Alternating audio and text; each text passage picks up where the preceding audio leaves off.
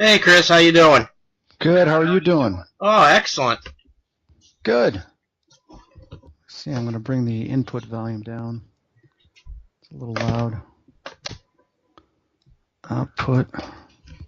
Go ahead and talk a little bit. I want to see how this. Okay, can you hear me? Yeah, I can hear you good. I'm just adjusting the output so it doesn't burn out here, get distorted. Okay. I got the input. And you said you needed a copy of this because I'm recording right now with Call Recorder. I downloaded that MP3 recorder. Oh, good. Okay, good. How's it? Is it working? Did you test it? Yeah, I tested it the other day, and it was actually working pretty good. Excellent. So yeah, it was actually working pretty decent. Okay, good. Was there someone else joining us, or was it just you and I? Just you and I. She, called me or said anything, so. Okay. So we'll just be the ones chatting and. What city are you in? I'm in Mansfield, Connecticut. Connecticut. Oh yeah, you got a little bit of an accent. Yeah. Yeah, the New England accent they call it. Yeah, absolutely. And it's a cross between a little bit of Boston and a little bit of the South, kind of a mix. Yeah, excuse me. Yeah, it's people say it, but as you know, you're like, I don't have an accent. No, yeah, I know. I get the same thing. People say I got a Chicago accent, but it's kind of funny. Yeah.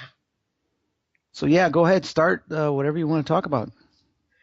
Okay, Chris. So actually, what I like to start talking about is the thing that you're really good with is the ITC and doing EVPs.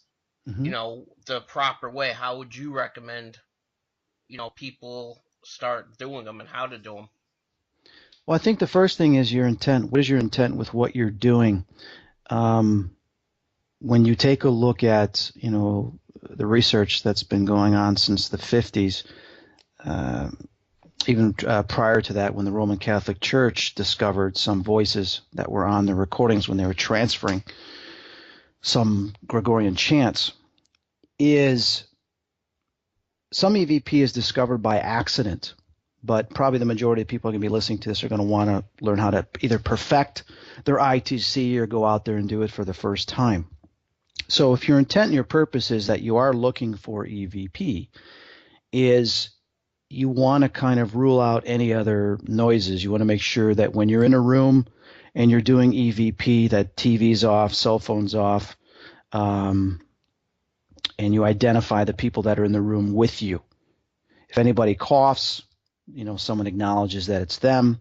If you step on cracks, this and that tend to be, pretty loud, you're going to want to acknowledge that as well. Because the mistake, especially for amateurs, is when they play back some of the recording, as time passes by, anybody, I mean, even myself, anybody is going to forget some of the background noises that was going on at that time period. So if you hear certain things, you may mistake that for an EVP. So it's always good to identify what it was that sound. Like if you're in a building and you hear someone talking outside, it's important that you say, hey, someone's talking outside.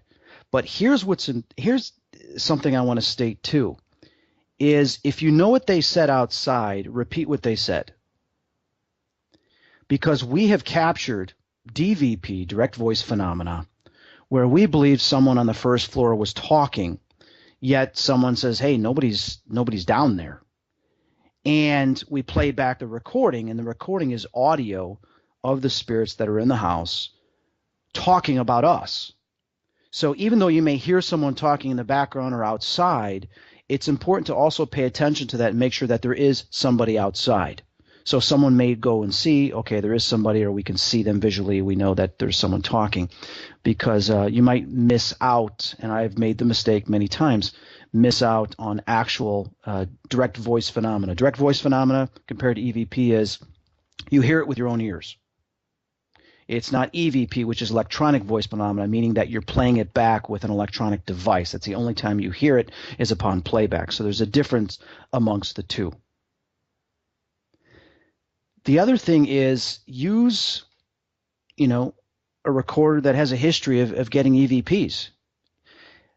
But also keep in mind that the conduit tends to be the person that is asking the questions, the person that's present. Because I've done a lot of investigations where they don't get any EVPs, and I'm getting tons of EVPs. Why is that? Well, one of the belief system is, and it's not just my belief system, it goes back to 150 years. If you read the book by Dr. Paracetti, 21 Days Investigating the Afterlife, he studies and researches over 150 years of mediums communicating, engineers, scientists, doctors, researching life after death, communicating with the afterlife. And the one conclusion they've come to is that there is a higher probability of communicating with the spirits, whether it's through ITC or even mediumship, if you do have someone present that has already been doing that has already been communicating with the spirit world, because they already have an open relationship and a dialogue that's been going on prior to the ITC experiment. So your success rate is going to be a lot higher. For me, it's pretty simple, because I've been doing this since my childhood, is I will ask questions. You ask your basic questions, but the thing is that differentiates from what I ask compared to other people is I'll ask some generic questions, but then also as a sensitive, I can sense when somebody's in the room. And normally I'll start doing ITC right away if I feel a presence in the room. And the cool thing about it is I can identify by my senses, wow, it's a female. And I'll say, are you a female? And it will respond either yes or no. And I can say, hey, I know there's a child here. I can sense there's a child. I see you. Will you please talk to us? And then all of a sudden you get a response. So anybody that's doing EVP, one good way to gauge your abilities, if you have certain abilities or senses, is to confirm it with ITC, meaning that if you sense there's a woman there, ask, is there a woman here? If you sense there's more than two people, say there's more than two spirits here. I sense there's more than two spirits. And the good thing for me is I'll play it back and I'll get the responses. I'm just like, wow, I was dead on. This is just great, because it's a way you can learn with your abilities as well. We all have this ability. So doing EVP, you can also test yourself when you ask certain questions. The thing is spirits get tired of, when did you die? When did you? Because you're going to get someone like, well, I'm not dead. Why should I even talk to you? I'm still here. The physical body dies. The spirit doesn't. Spirits like to say that they're free. They're free from the physical body. Technical questions regarding doing ITC research. There's different devices. I use an old Sony digital recorder. I used to use Sony cassette recorders. And then I converted back in 2005 to a digital recorder. I've tried using Olympus. I don't get anything on Olympus. I remember when I was doing Dead Famous, I said, hey, I got this new recorder. It's even higher grade, Olympus. And I was getting nothing. And the director's like, you're not getting anything on there. I said, I know. He says, why don't you go back to your Sony? And I did. One of the reasons I found out, someone did some research on Olympus, and I guess the Olympus doesn't go down to the lower frequencies. I think it's like 40 hertz compared to going to 20 hertz or whatever it was. I can't remember the parameters. But someone had stated that the Olympus don't go down as far as some of these other different recorders. But, you've got Constantinos and other people do EVP. Some of them use the Olympus, and it works very well for them. So what is the factor? What is occurring? What I have found out is find a device that you like. Find a recorder that you like. Some people get EVPs on their cell phones. And believe that it works. The sense of belief is so important. It's no different than a prayer. If you send a prayer to the other side, you believe that that prayer is going somewhere to the other side. That's why you're praying. That same belief works when you are doing ITC. You believe a spirit's present, you start communicating, you start getting responses. People that are skeptic have a harder time getting any EVP responses because that skepticism is putting a wall up. It's not making the connection. The connection has to be established, and one of the ways to connect is through a belief system, to actually believing.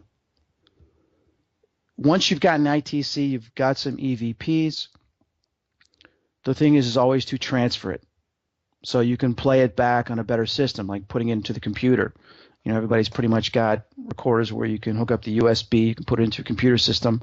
There's many different software programs you can use, Audacity and everything, but they're limited. I like to use. I used to use Adobe Sound Booth, but that's no longer compatible with the upgrades. Adobe stopped doing upgrades to it, so they converted everything to Adobe Audition, which is now cross-platform, both for Mac and for PC.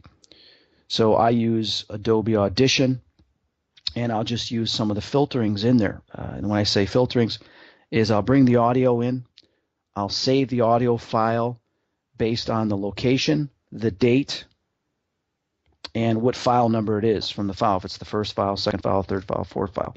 Then I will make a copy of that because I'll always keep the original file. I won't write over that. I'll make a copy of that file, and that's the file that I will go through and I will mark wherever the EVPs are. Now you can mark in these programs, like EVP here, EVP here. So I'll listen to it and I'll mark all the places where I hear the EVPs. If on first listen I know exactly what's being said, it tends to be more in an A grade EVP. A grade meaning it's easy to decipher what's being said. I'll type in there in the marker what I believe is being said. Then I will, either in a text program on the computer, I'll start writing down the things to keep a documentation of it.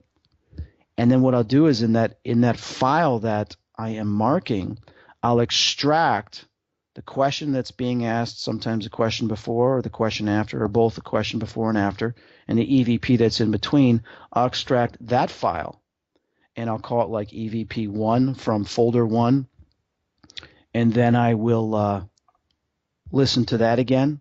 I'll save that, and then I will extract just the EVP, and I'll say EVP1 from EVP folder 1, whatever it is, and then I will name what I believe it is. If it says help me, or if it says hello, how are you, whatever the EVP says, I will then save it with that. So now I have an extraction of the EVP. I have a segment from the original file that has the question before and after with the EVP in the middle, so I know exactly where that extraction is coming from. And then I have the marked file, and then of course I always keep the raw file intact. Now, seems like a lot of work, and it is, but at least this way, if someone wants to hear the EVP, here's the EVP. If they want to know what was being said before and after, here's what was being said before and after. If they say, hey, I don't want any of these files, I want the original file, well, you go back to the raw file. You don't send them the original file because you need to keep that, but you send them a copy of the raw file. Now, if that EVP is an A grade, there's really not much that needs to be done to it. Sometimes you can amplify it just a little bit more so it's a little bit more louder, a little bit more clear. But sometimes, too, you get EVPs that are in the BC grade. If that's the case, is I'll go in and I'll use some of the filtering systems where I will take out some of the background noise. If there's a hiss sound, or if there's creaking sounds, whatever, I'll extract those, remove that from the file to see if I can make out what's being said. I'll amplify the EVP a little bit more, and then if I have to run any filters, taking out any of the white noise to clarify it, I'll do that. The problem is if you do too much of that, it becomes tinty, sounds a little bit different, can change the pitch. But I know some EVP researchers say, I only listen to the A grade and I won't pay attention to B and C. The problem with that is that's like you're having a conversation with somebody, but you're only extracting the best parts, not even paying attention to the other parts that can hold very important information. And that information is they're trying to communicate you to tell you stuff.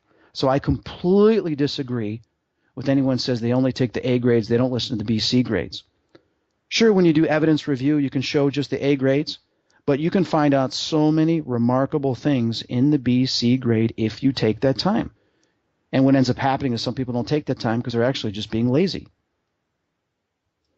Yeah. Now, the problem we have too, Chris, as you're well aware of, is that certain people can come listen to it and they'll hear different things. Some of that happens to do with the brain, what's on the mind of the brain that day.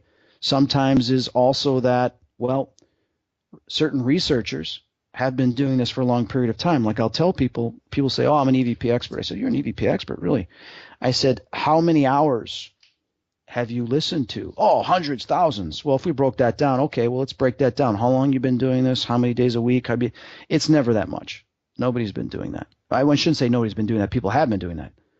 I tell people, you cannot consider yourself an EVP expert if you have not done over 10,000 hours of listening to audio and work. And they're like, 10,000 hours? I said, oh, I've done well over that. I've been doing this since I was a kid.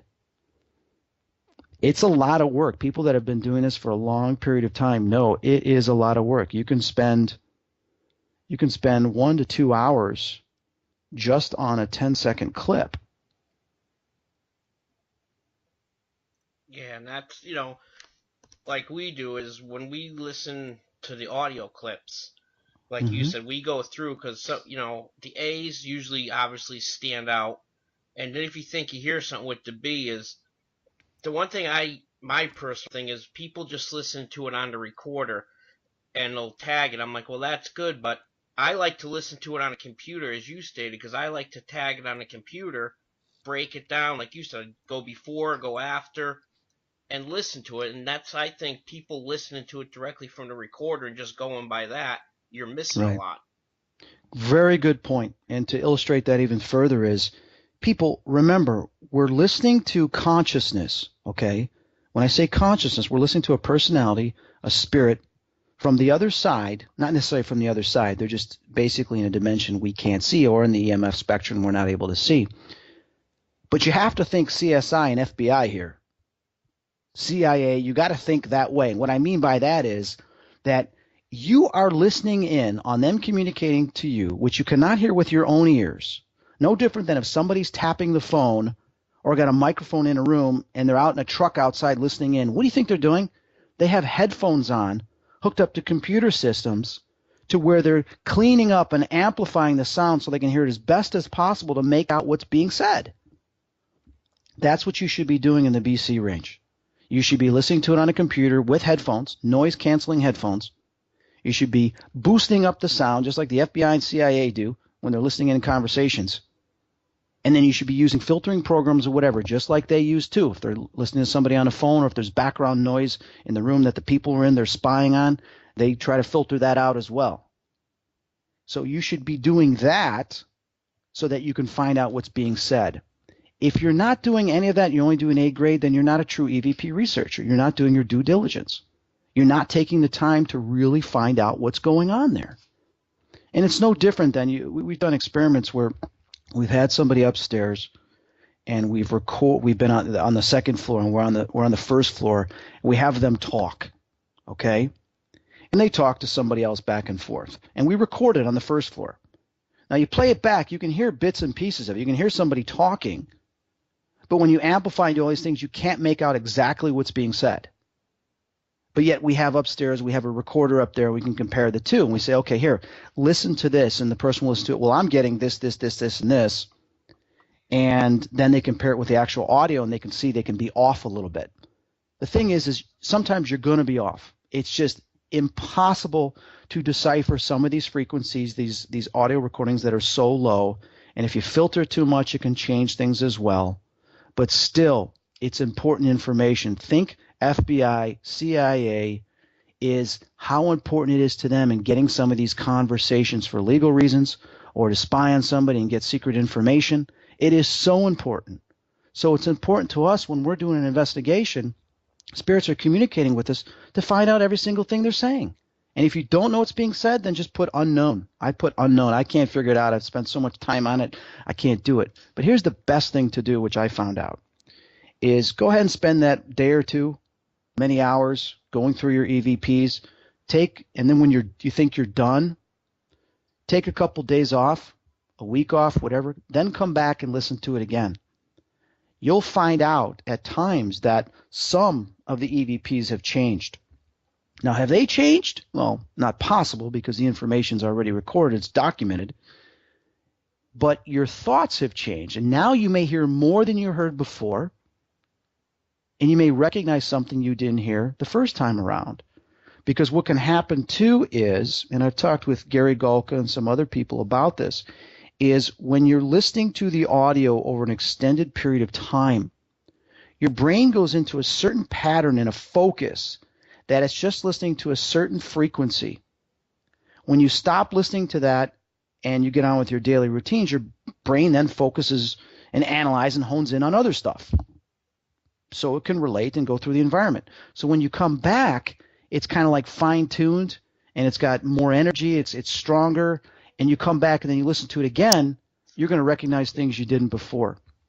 People that have been doing EVP research for many years and listening to EVPs for 10, 20, 30 years is we get adjusted to hearing things that other people don't hear right away. And I can listen to an audio clip and it's not even really decipherable. It's not even, people will go right by it. They won't even notice it. And if you look on the spectrograph, you look on the wavelength, and you barely even see it on the wavelength or don't see it at all, for some reason I could still identify. I said, grab that right there. Like, wait a minute, it's just white noise. I said, no, grab that part, amplify it, and then take out the white noise from the beginning. And then, oh my God, there's a voice hidden within that white noise. Your brain over a period of time learns how to identify these subtle changes in the frequencies that other people aren't able to. And why aren't they able to? Because they haven't been doing it for a long period of time to discover those things. No different than an archaeologist, that you have somebody walk by a mountain and they may miss important rocks or anything that are actually parts of bones of a species of animal. Yet you have an archaeologist that is going to look at every single rock and look at every single thing. And as he looks at one, he's not going to go past it, but he's going to recognize it because of his experience that, wait a minute, this is something right here. So he starts taking the brush and sweeping the dust away, and then all of a sudden he uncovers this bone. Oh my God, I found this bone. Everybody's like, how'd you do that? Well, because he knows what to look for. He's been doing it for so long. And that's the thing that if you really want to get into it, it's going to blow your mind, because there are levels of communication going on within that white noise and within the background noise. They're on various levels that when you begin to filter a certain way, you'll find it on various levels.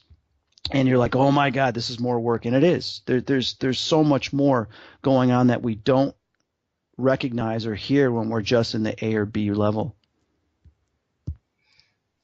Sorry, I've gone a little overboard. No, it's great because, to reiterate what you said before about have people upstairs talk and you guys downstairs, one thing what we'll do is I have a habit, I've been doing it for years, is I'll put a recorder in each room. And also that way when people are doing, EVP sessions, though, if they get something on their recorder, I could go back to mine for two reasons. One, to see if I caught one of them whispering. I could be like, that's what, it's not an EVP. Or two, right, if I didn't get it on mine, but they got it on their recorder, then I'm more likely to say, okay, you caught something, let's try to analyze it further. That's a great point. I did and here's the thing people need to understand is all our thoughts are projected into the environment. And sometimes you can pick up your actual thoughts on the EVP. You're thinking it's a ghost or spirit, but it's our own thoughts that are being recorded. While this is rare, this has happened in certain circumstances. The other thing, too, is I did this a lot when I was doing Psychic Kids, and unfortunately they didn't use any of it. And we had some of the greatest EVPs I've gotten in the last 10 years, but yet they wouldn't put it in because the show was edited a certain way dealing with the kids. Even though that some of the EVPs supported what these kids were recognizing and sensing, unfortunately they didn't use it. And hopefully I get around to one day I'll put them online. But what I had done a few times was I would take my H4 Zoom, I would put it in a room while we walk around the house. And believe it or not, I couldn't believe it. I thought it was the crew at one point. I confronted the director. I said, "Were you guys did you guys go in this room and talk?" And I was, "No, we were in this other room here." And I listened to it. I go, "Is it?" And I play it back to him. He goes, "That's not my voice. That's not, the girl's voice either." And I'm like, this is crazy. The spirits are talking about us walking around through the house. I mean, a regular conversation that I caught on this recorder. So you get stuff like that that'll blow your mind, like you said, when you put a recorder in a different room. And I had an investigation in my house a couple years ago with IPRA, and we didn't air the footage because it was pretty dark. When I say dark, there was just some negative stuff going on in the house. I just didn't want that out there at the time. But I put a recorder in one of the rooms, and I got EVPs prior to them even coming over of these spirits saying they're coming over, and they were kind of upset about it and everything. And then as we went through the house, they were knocking and they were doing stuff in this one room because it's one of the rooms that's most active in my house.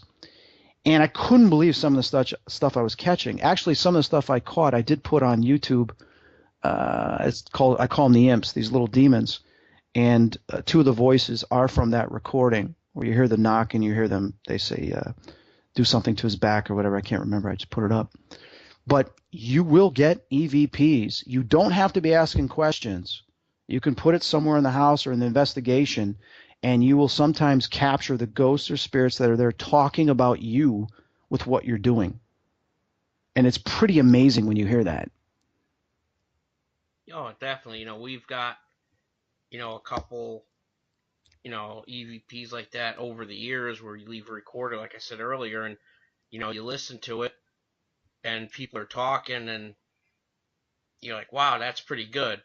And another point, I'd like your opinion on is when we're in a room doing EVPs, I always tell everybody, put your recorder down, don't hold it in your hand, swinging it around or whatever. Just because I think at least if it's on a desk, you can rule out, okay, maybe it rubbed against their pants or they were taking a breath or something. What are your thoughts as far as, holding it or putting it on a table or something? I think that's an excellent suggestion. Do I always put it on a table? No. 50% of the time I may hold it because if I'm in an outside location or in an area, I just don't want to put it on the ground, have some bugs crawl on it or whatever else. And if it's on the ground, there's nowhere where I could put it on a level or high up. I don't want to put it on the ground because anybody stepping or slightly moving affects the twigs and the grass and can cause sound. So I'll keep it higher up.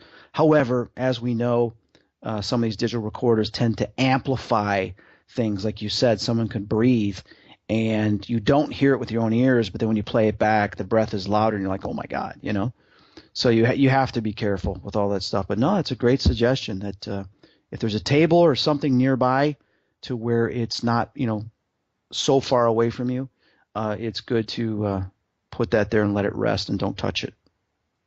Yeah, and another thing that I found personally is we get better responses with the women asking the questions. And like if we send a woman into a room with a recorder, I notice I tend to get better responses.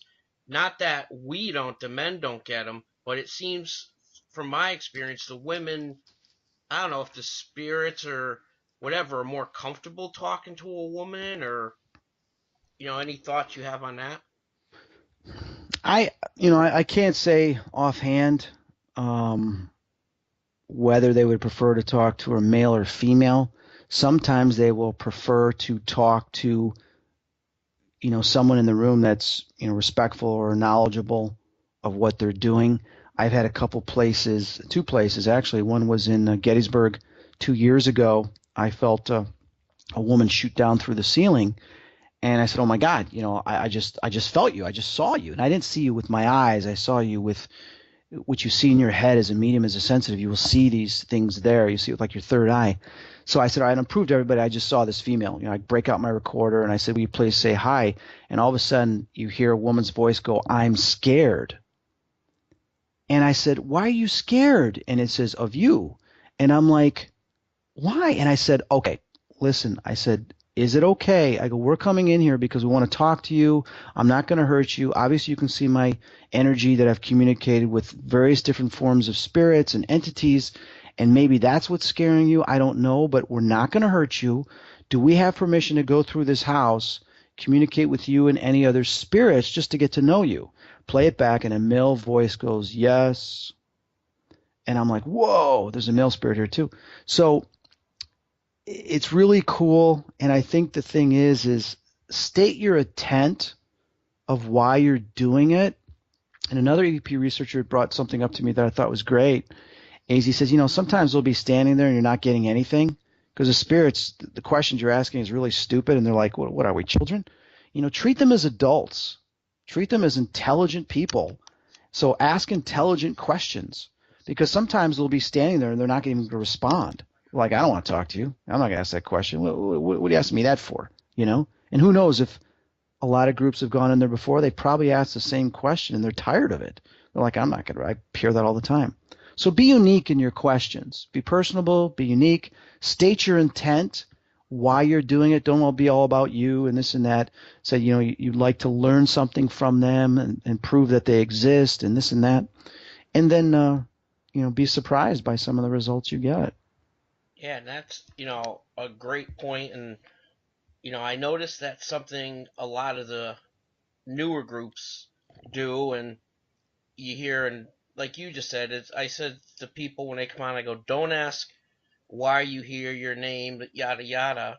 I says, because think about it. I says, if you heard, I said 100 times the same question, are you gonna say, oh, here we go again, and just not answer Mm-hmm. it? Or what are you gonna do? Most people, I wouldn't answer it. Like repetitive questions, we'll go in, we'll start with hi, we start with our intent, and sometimes we don't even talk to spirit, and we'll hear a voice over us, later on in the review trying to get our attention. So I notice sometimes if you don't ask the questions, they're like, oh, hey, wait a minute, I'm here, and you'll hear them talking over you. Right, right. And the good thing is that, I used to just record the entire hour or 2 hours just walking around the place and just ask questions. And, it got really tedious listening to the hour, and it would take forever to go through the whole thing when you find the EVPs. And don't get me wrong, there'll be times I'm not talking, I get some great EVPs because they make comments. But I found the easier way, which was kind of like Mark and Debbie did too, is that you just ask a few questions and you record that session, leave some space before and after, and then you stop. So the actual raw recording may be anywhere from 10 seconds to a minute instead of having an entire hour. And I will do sessions of recordings of that where I might have maybe 12 recordings that are all between 10 seconds to maybe 30 seconds or 1 minute long. That's it. That makes it a lot easier to analyze when you're going through the process of listening to just that clip instead of having an entire hour to go through. Not only that, is you then become specific in your investigating and research saying, hey, I'm only going to record when I ask these questions, and a little space afterwards if you want to make a comment. So please speak to me while I'm recording. It's kind of like speak when you're being spoken to type thing. And I found that has helped a lot, not only in the time that I spend analyzing, but it has got right to the point and asked the questions and have them respond rather than just leaving the recorder on the entire time. Don't get me wrong, it's nice to have a background recorder like you suggested before in a different room. That's okay. You can use that as a base. But when you're going to be really analyzing the EVPs themselves based on your questions, I have found that is the best way to do it, is ask a few questions, stop, play it back and listen, then record again, because then in playing it right back, you can hear any responses. So if you get some responses, then the next recording you say, thank you very much, I heard you, heard what you said, obviously you're a male or you're a female. Then you begin asking more specific questions because you've already established an open dialogue with this spirit. So hopefully that'll help people listening. Yeah, no, that's, like you said, that's an awesome point. And I notice you and, Mark and Debbie, do that a lot. And we'll do, sometimes, to be honest, I'll do, and then sometimes I'll just forget to hit stop or Right, listen, right. and I'm walking around and I look at down to record and I'm like, oh, darn, I forgot. And then, like you said, I'm sitting there for sometimes hours listening to the whole recorder, and I gotta Yeah, stop. what's funny was we did an episode of Dead Famous and we came back to our hotel. We were all exhausted. It was about 11 o'clock. I think it was about maybe 9 o'clock, 10 o'clock at night. We're staying at this one little boutique hotel. And I didn't know, but my recorder, when we left the location and I put it in my bag, it got stuffed in my bag and it started recording. So it's recording the whole trip in the car, records when I bring my bag into my hotel room. I go and shower and change, and a buddy of mine that I went to grade school with and high school with lived in L.A., and he picked me up and took me out. And believe it or not, I got to hang out with Jeremy Renner. This was before he even became famous. He had just gotten the screen to do SWAT. He was in the movie SWAT. and nobody really knew who he was yet. So I hung out with him because he was a good friend of his. Now Jeremy Renner, of course, is famous on Avengers and Mission Impossible and all these other movies he's done. But my point is that when I got home from my trip, my recorder was all filled up, and I'm listening to this going, oh my God, my recorder's been on the whole time. So I decide for some reason just to continue to listen to the audio. And you hear myself showering, and then I leave. I leave the place. And then you hear some spirits talking in my room. And one of them goes, I'm stuck in this goddamn room. Like for some reason it couldn't get out of the room. I don't know why. I don't understand how some spirits get trapped like that to certain places. Of course, there's attachments, but I don't know if the spirit had followed me from the location or and then got stuck there. I don't understand the principles of exactly why this happens to some of them. But I couldn't believe it. I kept playing back and forth, and I'm just like, you got to be kidding me. So it was kind of comical. Wow, that's something. If I got something like that, like you said, you're probably floored. You're like, oh wow, this is awesome. And something like that, you keep listening to it over and over, and you never get tired of hearing it. Right. That's like you said, something like that. And the one thing we always tell people, as everybody knows, be respectful, because when you hear some of these people start screaming and yelling, I tell people, think about it. I go, if somebody's screaming and yelling at you, are you gonna take it, or are you just gonna walk away and be like, forget it? Right.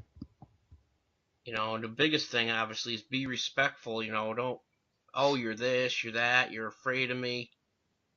Because all you're going to do is the spirit's going to get upset and say, I ain't saying nothing. Yeah, and the one thing I want to illustrate is when you hear help me, it's one of two things.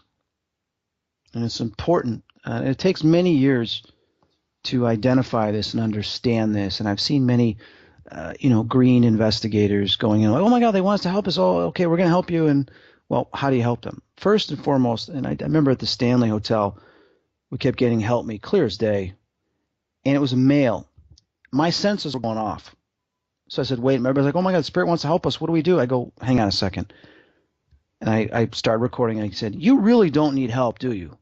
You're just doing that to either attach yourself to somebody, or you're doing that to make us believe that you're helpless when in actuality you're not. You're just playing games. And then the voice goes, how'd you know? I said, because I can sense that. I mean, I grew up in a haunted house. I know where there was good spirits and bad spirits. I've been around. I can tell by their energy. Their energy is different. Truth is different than a spirit that's lying or negative. And I was sensing the negative and lying coming from you. So he says, yeah. And then he starts swearing, So that's one thing that can happen. They can just be playing games. You have to be careful. Some of them can lead into the demonic realm. Some of them can just be evil spirits trying to mess around like a parlor trick. Like, hey, look at these idiots. Let's pretend we need help. Just watch them freak out, And they can do that. They're no different than human beings. Come on, think about it. Play tricks. But then you do have some spirits, if they say, help me, then you ask them, you say, do you want prayer? Do you want prayer? I'm only going to help you if you want prayer. And if they say yes, if they say the light, they say this and that, then what you do is you do some of the prayers for the dead when you're done. And the only reason why I'm stating this is you do not have the power to cross them over. Okay, only the Holy Spirit does, and only that spirits on the other side can assist this, as well as the well-being and the consciousness of the spirit in letting go of its attachments. But what it's asking is that it recognizes that you have talked to spirits on both levels, and it's walking around, roaming around, completely asleep, or it's lost like a zombie, basically saying, I need help. I'm tired of being here. I'm stuck here. Help me. So the only thing that you can do is you do prayers for the dead. And you ask, based on the Lord, and you ask on the Holy Spirit, and you ask on the angels on the other side to come down and to assist this spirit. And you tell this spirit to look for the light, to look for these people. Now, can you confirm in any way that they've actually crossed? Not really, but that's not your responsibility.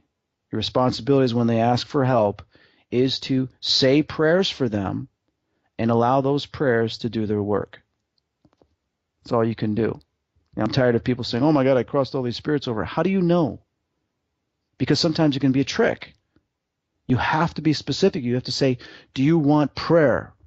And if they say, yes, I want prayer, and if they start saying the light, and they start saying love, and they start saying, if they say Jesus, they say Michael, they say certain these angels, then you realize that there's something going on. And don't ask for angels, ask for holy angels, because angels can be fallen angels. You have to be specific.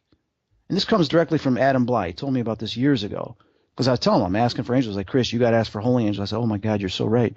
Because there are so many angels around us trapped here from the fallen, from the great flood, that you have to say holy angels. That's very important. And then let the holy angels, let the light do its work. They are the ones that do the work and help cross over, not you. But you can pray, because prayer is a gift that we have. Oh, okay, and that's, excellent point. And to, reiterate, your opinion on two things you just made in statements is I've been noticing a lot lately with the greener groups, before they do any review or anything, they're still at the client's house and they're telling the client, oh, there's something here. And, before they leave, oh, we crossed it over. And my opinion is, how can you tell that when you didn't review anything? And why are you telling Correct. the client that without knowing? Because you're giving them false hope. Correct. The best thing to do is you cannot be 100% certain. Even I'm not 100% certain when I leave a place. I've come home and I've analyzed stuff and I've cried because, oh my God, I missed this. Here they are saying, help me here and there in this one room, and I didn't even get it. I'm like, oh my God, Spirit's talking to me and I didn't pick it up. I didn't sense it. I'm like, oh, so the important thing is the client says, hey, did you get anything? It says, well, we got some interesting data. We have some interesting stuff to go through and to analyze, and we will get back to you with our full report. That's what you do. But what I tend to do, because I've been doing this for so long, is, doing the spirit box or doing the EVP, I get these responses. I know right away. But then I also, like I was just at Radford University about a week ago, and I'm doing the spirit box, and some of the students, they blurted out, oh my God, or they're freaked out. I'm like, and I stop. I go, what's wrong? They're like, you're talking to them. I said, yeah, I know. He says, no, you're really talking to them back and forth, and they're responding. We're hearing their responses. I said, yeah. And he says, well, I mean, that's what I do because I've been doing this since I was a kid. I used to communicate with them that way as a kid.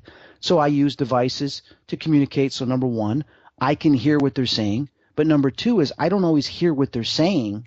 I sense and hear it in my head what they're saying. And you tend to hear bits and pieces of what they're saying to me through the spirit box. But the students are like, oh my God, we're hearing this. Do you realize that this is difficult for us because we're witnessing this for the first time in our life, but you're doing this like you've always been doing it. And for us, that's just, it's mind blowing. And I said, I apologize. And I step back and I realize I don't understand that because I've been doing this my whole life. But I could see your point. If you were doing something I've never seen before, I'd be blown away and I'd be like, wow, how are you doing that? But for some of them, it kind of scares them. My point is, I went a little bit off on a tangent, is I tend to communicate back and forth, and in some cases, I don't have to go home and analyze it because I know as a medium and a sensitive, I'm communicating them not only in the ITC level, but I'm also communicating them on a different level, more spiritual level. And I'm knowing exactly what they need, and then I will resolve that right there. I'll do the prayer for the dead. I'll do whatever's necessary, and then I'll leave. If things continue in that place, then I'll follow up. 50% of the time, I'll go through the evidence at home. Other times, I don't need to because I've already resolved. I feel what's been resolved. And if things tend to creep up again, then I will go back. But when you do this for so long and you've been doing it for so much, you do get to that point where you just know. You don't have to analyze anymore. You just know because you understand the certain conditions and the factors that are presenting themselves. It's very similar. Did that kind of answer your question, I guess? Yeah, and that's, perfect example. People that have been doing it, like yourself and, a long period of time, it takes longer than, in, my opinion, it takes longer than 5, 10 years to really know because nobody has all the Sure. answers. Sure. And I don't even have all the answers. I still learn. When I do some of my consultations and readings, I get blown away because the spirits are not only telling something for me to tell that person, but I'm also learning something completely new from it. And it just is mind-boggling to me. Like I'll tell you something that happened this morning on one of my consultations is this woman's father came through, and he was using certain quotes and stuff to identify that it was him, which was really interesting. But he was telling me telling me to tell her, but I was also absorbing what he was saying, was that once he crossed over to the spirit world, and they kind of showed him his life, all the good things that he's done, what have you done for your fellow man and everything, and he looked at some of the bad things too, but they weren't judging him on that. He then was concerned about his daughter and some of the other people, and he wanted to look at them. He says, what we do differently when we connect in the spirit world, which you do here, is that when we want to know what the person's doing and to see them, we connect with them, but in that connection, we see every influence or lack of influence we had within their lives. And not only do we see, it's like a completely different dimension, it's a perspective from 360 degrees. You're seeing from every single angle that if you did something for somebody, you see how that affected them throughout their life. If you could have done something and you didn't do it, you see how that affected them. You also see alternates, that if you would have done more of this, how this would have helped them even more. You see all these alternate ways that if you would have done this, this, or this, how it would have affected them all at the same time. He says it can be overwhelming, but it's an overall, he called it an overall perception of your connection to that person in various different ways. And that is what connects us, and we feel true love for that person and a true understanding of that person to see how we are so responsible for one another, but also how we're all connected to one another. And that we have to be very careful and take our choices into consideration in what we do and say and how that affects that other person. But even, he said, that sometimes even some of the negative things that we do when we think it's negative, we find out later that that was just enough weight, just enough pressure for that person to become a challenge to where they learned from that and they made their life even better. So it's not all negative. If you do something negative, it's not all bad to what it does to somebody. It just depends upon what that person's destiny or path is and how they're going to overcome it. So for me, it was just like, holy cow, spiritual inner sight connecting with somebody, they connect in this overall multiple perception of the relationship and what did occur, what could have occurred, and all these ways that were possibilities of occurring depending upon how they interacted within their life. To me, that was just mind-blowing. Yeah, that makes a lot of sense. It might be too much for some people. Like, what? Yeah. Trust me, it's there. So anyway, you were kind of talking about, and I didn't answer it fully. Was should a team tell the client what they think is there before doing any review? Not necessarily. It's best that they don't allude to like, oh my God, we got a demon, we got this, we got that. No, don't say that. Just say, hey, we got some really good responses. At this point, we feel heavily that there is something here. Let us get back to our data to validate it. And then you go find your evidence, write up your report if that's what you do, and then you meet with the client once you're done.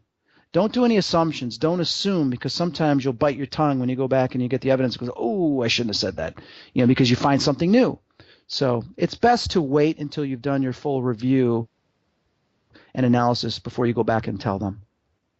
Yeah, because that's one thing, as when me and you were talking on Facebook, and I send you, some of the screenshots, and I think the latest one I sent you, there was somebody that said, oh, we finished the investigation, we told the client, the spirits, you better play nice, or we're going to come back and make you leave. And I was flabbergasted. Well, what gives you that power? Yeah, it's like, what gives somebody the power to say that? Even exorcists, demonologists, whatever, that have been in the field for a long period of time casting out spirits, they don't publicly say that. They don't publicly go out and boast the ego or that I've got this power over you. You have no power over any other spirit unless, of course, your intent is pure and you have the Holy Spirit and you have, prayers and the Lord behind you. But the whole purpose is to help the spirit, not to ridicule it or to demean it or to overpower it. unless it's an evil spirit. But anybody that goes online and says, "Oh, I did this, and this," well, that's great. But that's great that you did that, and we pat you on the back. Good job. But what are we going to learn from this? And that's the thing. Like if I tend to post stuff, whatever, I'll say, here's what happened. It's remarkable, even freaked me out. But here's what we can learn. What's the moral of the story? What's the moral of the situation? What is it that somebody else can take away, they can apply in that life, or they can apply in their investigation? What are you going to teach us? It's a lot of these groups are just going out there and just going, oh, look at my EVP. Look at this. Look at this. Well, what are you contributing to the field? Everybody's doing EVPs. Everybody's doing this. What are you going to tell us? What can we learn from your experience? And unfortunately, the only thing that really comes from that is experience. And it's sharing that data, sharing that lesson, so to speak. No, yes, that's agree, and that's one of the things you try teaching some of these newer groups or people. You try networking, and I'm pretty sure as you see, it almost turned into well, I got more equipment than you got now, instead of like when me and you started years ago. It was, hey, let's get answers. Let's help people. Let's help the spirits. Oh, it's not like that. It's not like that at all. I'll tell you right this. TV shows out there, some of them out there, not all of them. TV shows out there, paranormal groups out there, even other investigators, even some researchers. Everybody wants to make a name for themselves. And it's a shame. And I've had some people say to me, well, look at you. You went on TV and everything. I said, do you know my background? Do you realize I grew up in a haunted house? You realize I was talking about this in grade school, investigating this in grade school, high school, college. I published a magazine in the 90s. I did over 400 radio shows talking about my experiences, what I know about ghosts, contributing to the field. I co-created the Spirit Box with Gary Galka. I contributed by presenting the direct response method using electromagnetic device such as the K2 meter, something I did when I was a kid with light bulbs and electrical devices. I said, so why am I on TV? Is it because I'm on TV because I want to be on TV? No, I'm on TV because of what I do. All these people are going on TV to do it on TV. And there's a difference. So the problem is that what are they really holding on to? What is their intent? And some of the intent is to become popular, become famous, and be considered as an expert. And I know people will say this, and I don't care who disagrees with what I'm about to say. And be careful of people that say this, is when everybody says that there's no experts in the field. I said, really? So you tell me that people like Adam Bly is not an expert on demonology. You mean to tell me Gary Galka is not an expert on engineering radio devices? You mean to tell me someone like myself is not an expert on ghosts, yet I grew up in a house of ghosts. I can tell you the different types of ghosts. I can communicate with ghosts at any time. Yes, I'm considered an expert, but what is an expert? Do I know everything? No, I don't. But I know more than most people out there. Why? Because I've got 42 years of experience with this. I've put in my time. I've contributed. I've helped with devices that are out there and knowledge. Am I always right? No, but I'm probably right maybe 90% of the time. That is no different than a doctor that goes to school, studies. Some doctors are good, some are bad. But a doctor that does a lot of surgeries, you're going to go to him rather than somebody who just came out of college because he's experienced. He's been through it a lot. He's done it a lot. That's called an expert in your field. So there are experts in the paranormal field. People that say that is because they want to be equal. They want to say, hey, just because I've been doing this for 2 years, I still want people to talk to me, so there's no experts in the field. No, you are just not experienced enough to be doing what some of the other people are doing, which is completely okay. You're completely welcome to learn and everything. We're all learning. I've learned from people that have been doing it a couple of years, and they've learned from me. It's a sharing thing. But it's got to stop where people say there's no experts, because there are experts. There's people that have been doing this for a long period of time that have either financially ruined themselves or contributed their whole life to it. They're considered experts because they know more, have been through more than other people have. I mean, I love these people that go out there and they'll do – you see all these people doing lectures and stuff, and it makes me laugh because they're trying to make themselves look like an expert, and some of them have never seen a ghost before. and they're going out there talking about ghosts. And it's like, how could you talk about ghosts if you've never seen a ghost?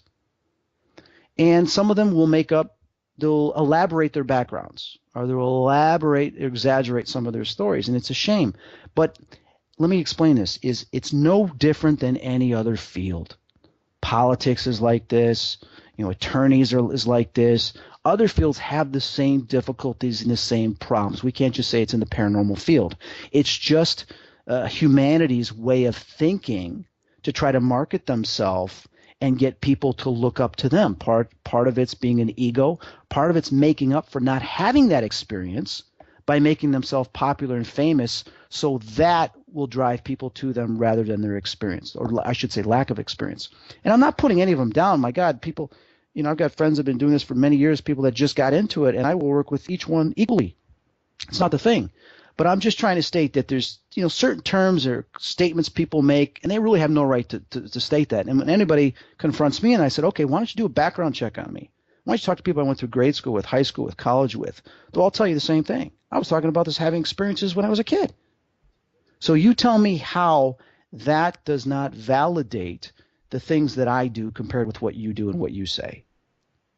So I'm not going on a rant here or anything, but I think it's important for people to understand that there are experts in this field. Does it mean they know everything? Absolutely not. But they have a lot to say based on their experience than most people have. So it's important to learn from them. And if they're contributing to the field, contributing things, then we all can learn from that. And then we keep passing the torch, and more people go on. If we look at the playing field we're dealing with, then there doesn't have to be so many people battling and fighting and all that other stuff we could all learn from. I mean, I'd love to be at an event where there's actually experts there and not people just on TV. Right. To me, that would be like, wow, let's learn from them what we can. Yeah, and that's, as far as, like I have like a two-part question is, as far as the experts, with John Zaffis one time, somebody questioned him, well, why do you call yourself an expert? And they were saying, you're really not an expert. And he posed it and said, well, I've been doing this a long time. An expert's somebody with extensive knowledge. Mm-hmm. And he's been, in my opinion, he's a well-respected guy. He's been doing it a long time. And, he's a pretty down-to-earth guy. And when somebody was questioning him, so he agrees with you that there are experts. Yeah. In the field. And the thing is, we're not looking to be put on pedestal.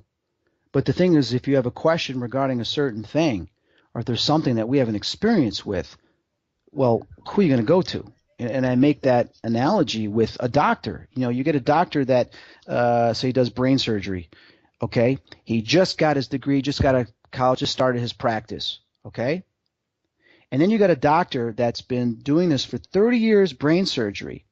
Okay, he's done thousands of surgeries. Which doctor are you going to go to get an opinion? You're going to go to the one that's been doing it for 30 years, that's done it many different times. You're not going to get somebody that's just starting out because they're experienced. That's considered experience. That's considered an expert in the field. You can't be an expert when you just started. So that's why a lot of people will say, he goes, well, there's no experts in the field. Well, that makes you feel comfortable. You're right. You're not there yet. You haven't put in your time. And I tell people, don't talk to me and tell me you know exactly what EVP is unless you've done over 10,000 hours of work.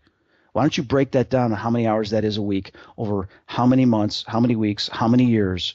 And yeah, I've been there. So I'm not saying that you have to have 10,000 hours, because some people are so brilliant and so good at engineering and this and that they can find things quicker because they've been educated in that way. And that's wonderful. There's breakthroughs all the time, and that's what we're looking for. So someone may be an expert. We look at some of the guys that have created the devices out there. They're experts at engineering. They become fascinated with the evidence we get, which they call data. And they're like, you know what? I want to see if this is legit, if this is real. And they go and create these devices, and then all of a sudden they're getting this data and realizing, oh my God, this is real. So what are they an expert at? Are they expert at ghosts, spirits, ITC? No. They're expert at creating devices that are going within that electromagnetic spectrum or going within those frequencies that are receiving the data information. So they are an expert in their field of engineering, and they've become experts in finding ways to communicate with the spirit world. Doesn't make them an expert investigator or an expert on ghosts. None of that. And they'll tell you that. So we all have things to find out. And anybody listening is, how do you want to contribute to this field? If you just want to go do it for fun, have a good time, get some laughs, or learn something on your own, that's awesome. That's awesome. There's a lot of people like that, and that's wonderful. But if you want to really establish something, you want to be known in the field, then what are you going to be known for? You have to contribute something. Has to be legitimate, has to be real. You have to put in the time. You have to put in the hours. You have to put in the years. And I've had some people say, nobody listens to me. Well, what have you done? You can't just expect to be famous. Forget about Beyonce and the media and these famous people and stuff like that. TV's kind of helped and it's kind of hurt the industry as well, because everybody wants to get their own T-shirt. I've had people come over and say, I just really want to get on TV. And I'm like, oh, and I just shake my head going, oh my God. Number one, it's not as easy as you think, but then there's a lot of pressures when you do it too, and you've got to deal with that. But I tell people is, what is your intent? Find out what your intent is. And then if it's to contribute to the field, if it's to learn something, if it's to give to others, then follow that intent. That becomes your destiny. That becomes your path.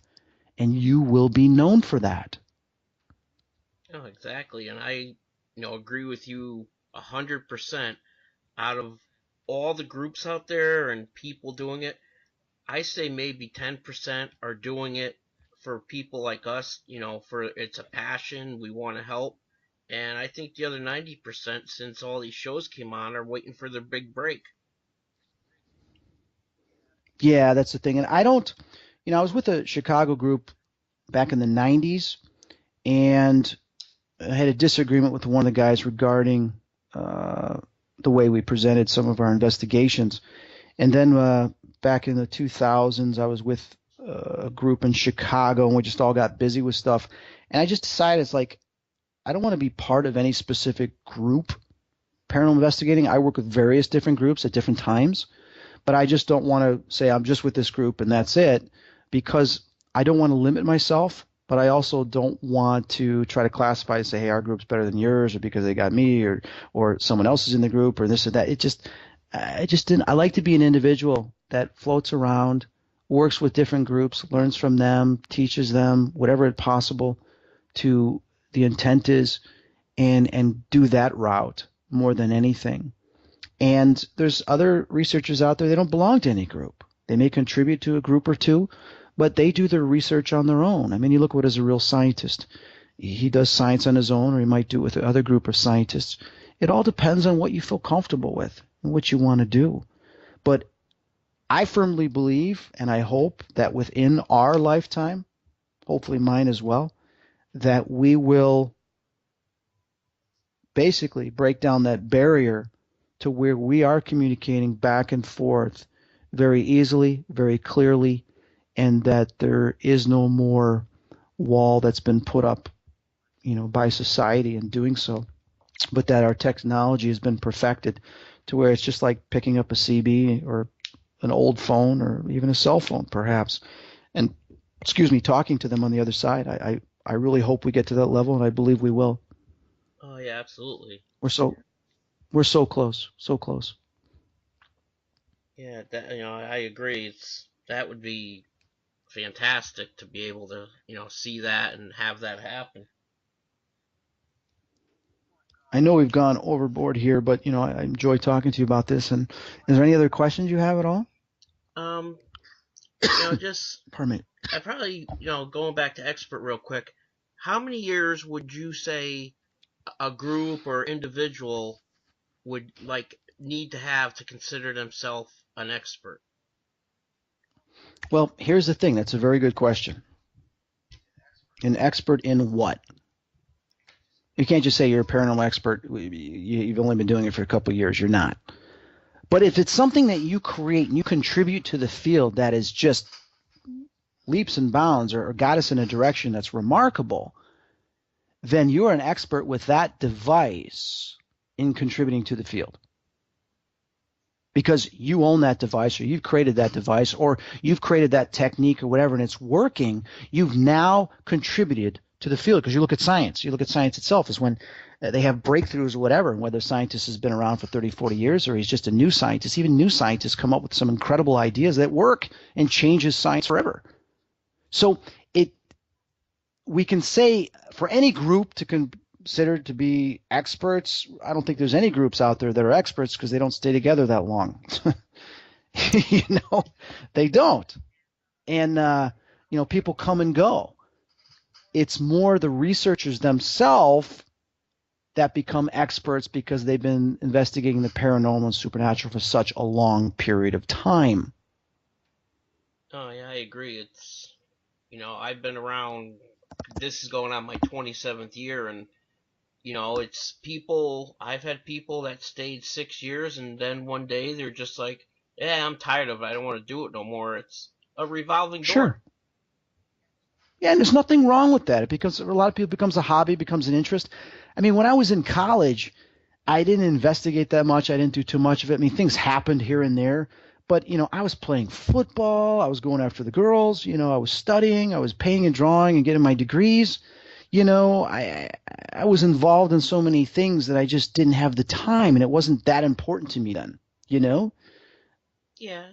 But my life, there's always things that occur and brings me back to it. Out of college, things started happening again, this and that. I got into graphic design, and I became the mortgage business, and then all of a sudden people started coming up to me telling me their ghost stories and didn't even know that I had experiences. And I realized, oh my God, the universe is telling me something. And then I started doing my magazine. The universe always puts you back that they want you to become a part of it. Like you look at Bill Chappell, you look at Gary Galka, you look at some of these other engineers and designers out there. They come from a completely different background or a completely different field or interest.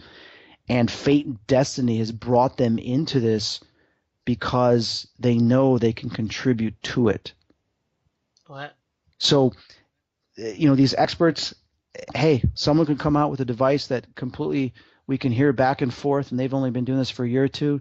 They are an expert with that device, with that contribution, and they will be known for that forever. I mean, look at Frank Sumption did with his radio. He wasn't a paranormal investigator. He wasn't any of these other things from what I understand. He just went and created a radio, and he heard something on a radio station, or I think it was Art Bell or whatever, about somebody doing it. So he says, I build stuff. Let me see if I can build something. And he did. It's remarkable. That's how it works. So being experienced as a paranormal investigator is doing it for a long period of time. You're not an experienced investigator if you've only been doing it for a couple of years. Okay? You can't be considered an expert. But if you've gone and created a device that you have the background, the degree, and you've created that, you're an expert in that field and that device that contributed to. So that is what your expertise is. So there's a difference when we say who's an expert in what. Am I an expert in ghosts? Damn right, because I've seen tons of ghosts. I can prove it. I can validate it. I've communicated with them all the time. Going back to my childhood, and I've got recordings from my childhood to validate it, and I've got eyewitnesses from my childhood. So I can tell you a lot about ghosts because I'm experienced with it. Am I an expert on electronic devices? No, I don't know much about engineering. I don't know how they all work. But I can tell you how you can communicate and why we communicate with them. I can tell you that because I've been doing that since I was a kid. So it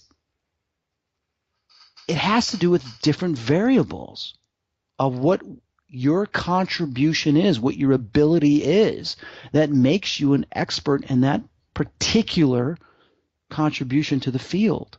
And maybe we're talking about this too much, but I want people to think that, okay, if I just want to do this and have fun and be a paranormal investigator, then that's great, do it. We're all here to teach. We're all here to learn from you too. But if you really want to make your name known, you want to do something, then find out what you really like or what your question is in this field. Pursue that. Become an expert on that. Do your study, do your research, put in the time, and find a way you can discover something that you can contribute to this field that we all will acknowledge, will all benefit from, and we'll all get closer to that goal. Yeah, that's, an excellent point. Think of something different that you can prove works. Right. Right. Now you'd asked me once before. I remember you said, do I feel that we hear like too much about demonic cases on TV? And that's a very good point. Yes and no. When I was doing Psychic Kids, because the first season of Psychic Kids, which I wasn't on, I was never a part of any of that. I was brought on because some of my experiences when I talked to one of the VPs at A&E, they said, "Oh my God, we got to have you on an episode of Psychic Kids." So they brought me on, and some of the kids, I did 5 episodes, and they all said, "Oh man, are we gonna see demons, or is it?" I go, "Why are you guys talking about that?" Well, because there was a lot of publicity about that on Paranormal State and Psychic Kids. The first season, they talked about this. Says, "No, we're not talking about that. If there is any demon here, I'm dealing with it. You're not. Plain and simple." But I explained to them what ghosts were and how ghosts worked, and that just because they're a ghost doesn't make them a demon, and vice versa. So I got that out of the way. And I said, if there are demons, we're not going to talk about it. We're not going to put it on TV. And that was because we're dealing with kids. I said, that's important, But there are other investigations I've done for TV and whatever where there are demons, and some of it doesn't even go on the show, which is fine. But it's going to happen. But our mindset is, and this is important to understand, okay, is too much talk about demons bad? Yes and no. Okay? Number one, the devil's greatest trick or weapon or whatever is people that don't believe in him. The second greatest thing is that people don't realize or understand the influence and the distraction that the devil can cause in some of his works to our lives, and for us to blame it on other things when sometimes it is evil influences that are causing us to affect our lives. So it's important to understand both of these things. But what we are dealing with is a consciousness shift here within this world, is that the spirit world's always been here, okay? Also, a lot of evil spirits and demons are here. It's in the Bible. It's in other scriptures. Cast down here, the great flood, the fallen, all that. Book of Enoch talks about spirits, so they will try to destroy our life forevermore. They're all here. They're all amongst us. Various cultures and religions have communicated with them through various time periods. But we are now communicating with them as ghost hunters, as paranormal investigators. And the more we do so, the more we break down that gap, that veil that's been there, and the more we are something that is completely nature, like we understand deers, we understand trees, we understand flowers and all these things. Spirits are part of nature. We are at the forefront of communicating with them and understanding them. And we are basically in various forms doing what science does and making new discoveries. Because of us, the veil is coming down, and more of these things are interacting with us for 2 reasons. One, because we're communicating with them. We're breaking down that veil, but also we're creating the consciousness publicly on TV and everything else that these things exist. And they do exist. So more things are going to happen. But because more things are going to happen, there's going to be more negative things, because that is their intent, these negative things. So we will be talking about it more. But what we need to do, instead of just talking about it, always create a solution. How can we overcome it? How can we keep them away? How can we protect ourselves? How can we understand it? I think that's very important. But we need to also talk about good angels, good spirits, the positive things from these spirits. The problem is media and TV like the extreme. They like the scary stuff. They like to shock people. In many ways, they're wrong. Because you look at the movie Heaven's for Real, okay, the thing made tons of money. You look at the Bible that was on History Channel, biggest grossing, not grossing, the most viewers ever for a cable movie series. So people do want to know about the good things. They do want to know about it. But unfortunately, TV media is always going to have a negative